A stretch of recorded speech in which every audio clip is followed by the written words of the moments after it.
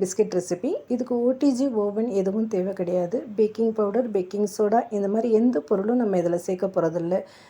ரொம்ப ஹெல்த்தியாக சிம்பிளாக 1 கப் ரவா, 1 கப் கோதுமை மாவு இதை மட்டும் வச்சு நம்ம செய்ய போகிறோம். இந்த பிஸ்கெட் கடையில் கிடைக்கிற மாதிரியே ரொம்ப கிறிஸ்பியாக டேஸ்டியாக ரொம்பவே நல்லா இருக்கும்.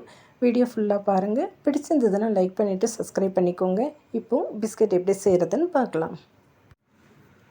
இதுக்கு ஒரு பவுலில் 3/4 கப் சுகர் சேர்த்துருக்கேன். சுகர் முழுகிற அளவுக்கு நம்ம பால் சேர்த்துக்கலாம். இது காய்ச்சி ஆற வச்சின பால், அதை சேர்த்துக்கலாம்.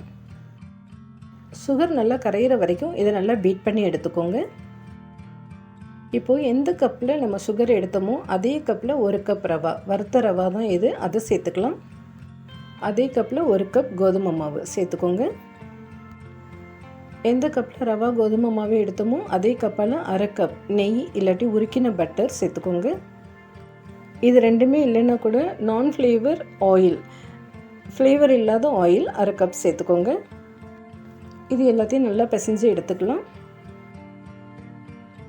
இன்கேஸ் பால் ஜாஸ்தி சேர்த்துருந்தா கூட ரவா அதை நல்லா இழுத்துரும். நம்ம பிசையும் போதே மாவு நல்லா கெட்டியாயிடும்.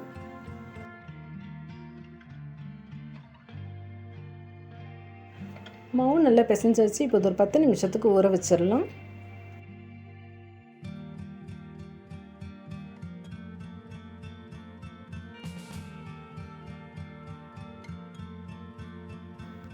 அவ்வளோதான், பிஸ்கெட் பண்ணுறதுக்கு மாவு ரெடி ஆகிடுச்சு. இதுலேருந்து ஒரு போர்ஷன் எடுத்துட்டு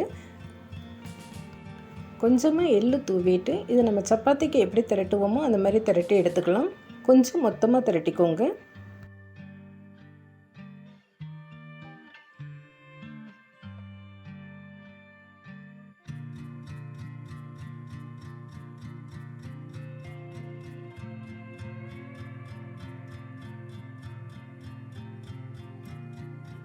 மாவு நல்லா சப்பாத்தி திரட்டுற மாதிரி திரட்டினதுக்கு அப்புறமா ஒரு குக்கி கட்டரால் நம்ம இந்த என்ன ஷேப் வேணுமோ அந்த ஷேப்புக்கு நம்ம இதை கட் பண்ணி எடுத்துக்கலாம். நான் ஹார்ட் ஷேப் யூஸ் பண்ணுறேன்.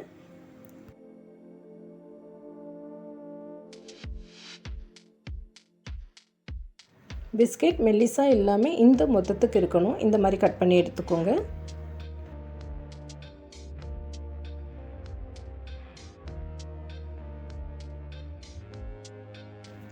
பிஸ்கெட் கட் பண்ணதுக்கப்புறமா எக்ஸ்ட்ரா உள்ள மாவெல்லாம் எடுத்துடலாம். இது திரும்பவும் நம்ம பிஸ்கெட் பண்ண யூஸ் பண்ணிக்கலாம். இந்த மாதிரி கட் பண்ணி எடுத்துக்கோங்க. இப்போ இன்னொரு ஷேப் எப்படி பண்ணுறதுன்னு பார்க்கலாம். நான் அந்த மாதிரி ஒரு சின்ன மூடி எடுத்திருக்கேன். ரவுண்ட் ஷேப் அந்த மாதிரி கட் பண்ணி எடுத்துக்கோங்க.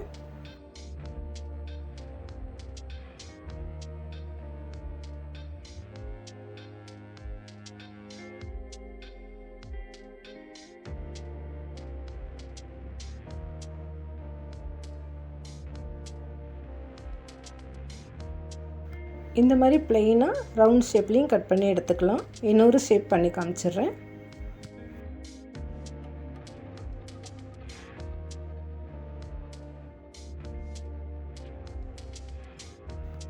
அதே மூடியால் இந்த மாதிரி ரவுண்டாக கட் பண்ணிக்கோங்க. எக்ஸ்ட்ரா உள்ள மாவெல்லாம் எடுத்துடலாம்.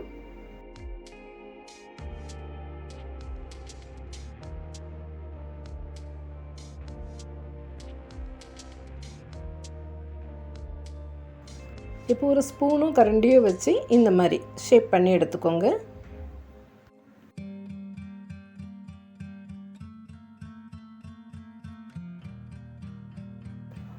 இன்னொரு ஷேப் பண்ணிடலாம். நான் ட்ரையாங்கிள் ஷேப்பில் செஞ்சு காமிக்கிறேன். மாவை நல்லா உருட்டி எடுத்துட்டு இந்த மாதிரி ட்ரையாங்கிள் ஷேப் பண்ணிக்கோங்க. இதுக்கப்புறமா இதை பீஸாக கட் பண்ணி எடுத்திங்கன்னா உங்களுக்கு நல்ல ட்ரையாங்கிள் ஷேப்பில் பிஸ்கெட் கிடைக்கும்.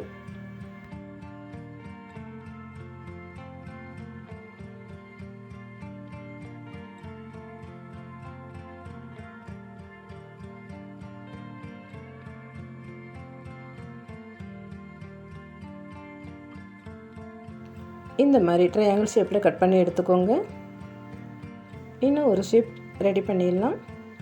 மாவை நல்லா உருட்டிட்டு நார்மலாக இந்த மாதிரி கட் பண்ணி எடுத்துக்கோங்க. இது நம்ம டோஸ்ட் ரஸ்க் இருக்கு இல்லையா, அந்த ஷேப்பில் இது வரும்.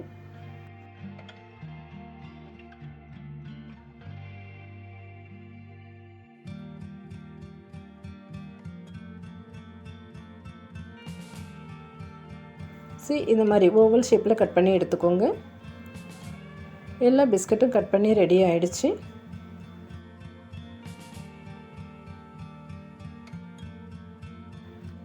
ஒரு அகலமான பேனில் எண்ணெய் ஊற்றிட்டு எண்ணெய் நல்லா சூடு பண்ணிக்கோங்க. கொஞ்சம் மீடியம் ஹீட் வந்ததுக்கப்புறமா நம்ம ஒரு பிஸ்கெட்டாக இதில் சேர்த்துக்கலாம். அடுப்பை சிம்மில் வச்சுக்கோங்க.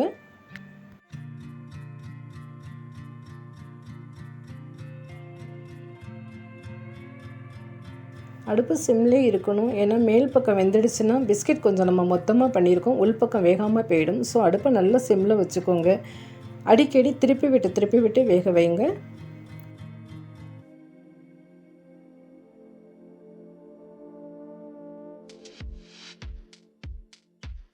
நான் கொடுத்த மெஷர்மெண்ட் எல்லாமும் கரெக்டாக ஃபாலோ பண்ணியிருந்தீங்கன்னாக்கா பிஸ்கெட் உடையாமல் கரெக்டாக வரும். அப்படி இன்கேஸ் பிஸ்கெட் உடஞ்சிடுச்சுன்னா மாவில் இன்னும் கொஞ்சோண்டு கோதுமை மாவோ மைதாவோ சேர்த்துக்கோங்க. பிஸ்கெட் உடையாமல் கரெக்டாக வரும். இந்த மாதிரி நம்ம கண்டினியூஸாக திருப்பி விட்டுட்டே இருந்தோம்னா எல்லா பக்கமும் பிஸ்கெட் ஒரே கலராக நல்ல ப்ரௌன் கலராக பிஸ்கெட் வெந்து வரும்.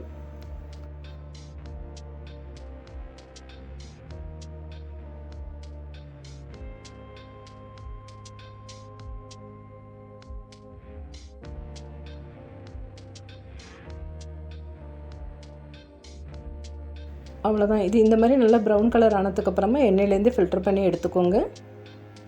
நல்லா கோல்டன் ப்ரௌனாக இருக்குது. நம்ம ஃபில்டர் பண்ணி எடுத்துக்கலாம்.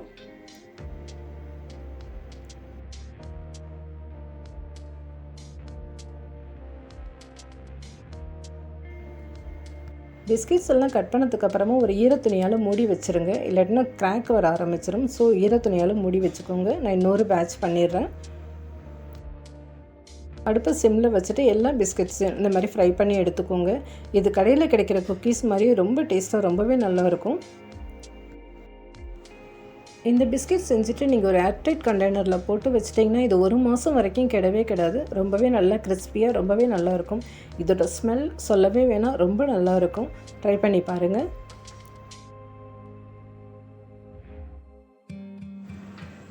அவ்வளோதான், எல்லா பிஸ்கட்டும் ஃப்ரை பண்ணி ரெடி ஆகிடுச்சு. இதை நீங்கள் ஸ்கூலுக்கு கொடுத்து விடலாம். ஈவினிங் டீ கூட சர்வ் பண்ணலாம். இது ரொம்ப வாசனையாக கிறிஸ்பியாக ரொம்பவே நல்லாயிருக்கும். கடையில் கிடைக்கிற குக்கீஸ் மாதிரியே ரொம்ப கிறிஸ்பியாக ரொம்பவே நல்லாயிருக்கும். ட்ரை பண்ணி பாருங்கள். வீடியோ பிடிச்சிருந்ததுன்னா லைக் பண்ணிவிட்டு சப்ஸ்கிரைப் பண்ணிக்கோங்க. நெக்ஸ்ட் வீடியோவில் பார்க்கலாம். பாய்.